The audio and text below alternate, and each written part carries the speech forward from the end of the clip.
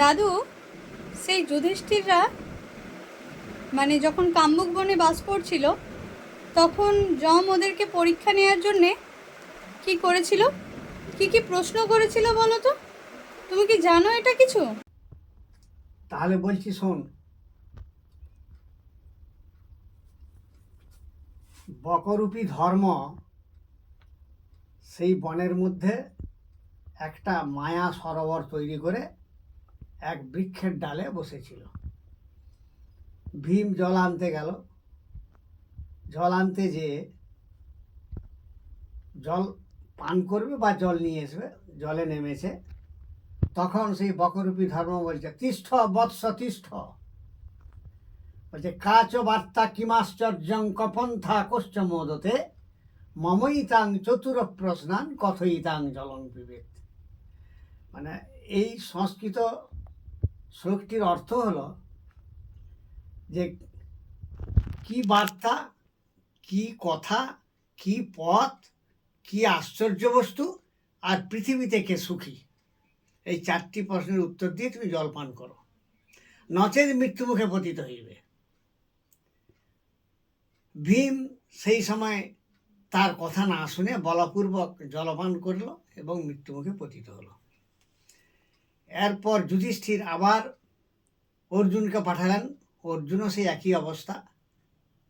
অর্জুনের পর নকুল গেলেন, নকুলের পর সহদেব, সহদেবের পর দ্রৌপদী, সকলেই সেই জলপান করে মৃত্যুমুখে পতিত হয়ে জলের উপর ভাসতে রইল। শেষে যুধিষ্ঠির গেলেন। যুধিষ্ঠির যেতেই যুধিষ্ঠির সব ভাই এবং দ্রৌপদীর মৃতদেহ জলে ভাসছে দেখে যেই জলে নামবে, সেই সময় সেই বকরূপী ধর্ম আবার প্রশ্ন করছে, কাচ বার্তা কিমাশ্চর্যং কপন্থা কোশ্চ মোদতে মমইতাং চতুর প্রশ্নান কথইতাং জলং পিবেত। তখন যুধিষ্ঠির খানিকক্ষণ নিজেকে স্তব্ধ রেখে বললেন, কাচ বার্তা মানে কি কথা, কপন্থা কি পথ। যুধিষ্ঠির বললেন, মুনি ঋষিরা যা উপদেশ দেন সেটি কথা, আর যে পথে তারা চলেন সেটি পথ।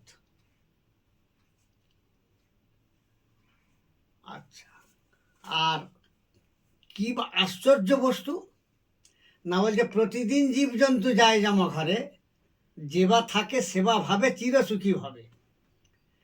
প্রতিদিন জীবজন্তু মারা যাচ্ছে, কিন্তু যারা বেঁচে আছে তারা কোনোদিনই ভাবেনি যে আমরা ওই মৃত্যুমুখে পতিত হব। আর কে সুখী? বলছে, দিবসা ষষ্ঠমে ভাগে শাখং বক্ষতি যৌনর। যে মানুষ সারাদিনান্তে একবারও শাকন্য ভোজন করে এবং অপ্রবাসী, সে নিজের ঘরে বাস করে, অঋণী, সে নিজের তার ঋণ কোনো নাই, সেই হচ্ছে সুখী। বলার সাথে সাথেই বকরূপী ধর্ম নিজের স্বরূপ তাকে প্রকাশ করলেন, দিয়ে আশীর্বাদ করলেন এবং সেই তার চারি ভাই এবং দ্রৌপদীকে পুনরায় জীবিত করলেন। এই হচ্ছে এর মানে।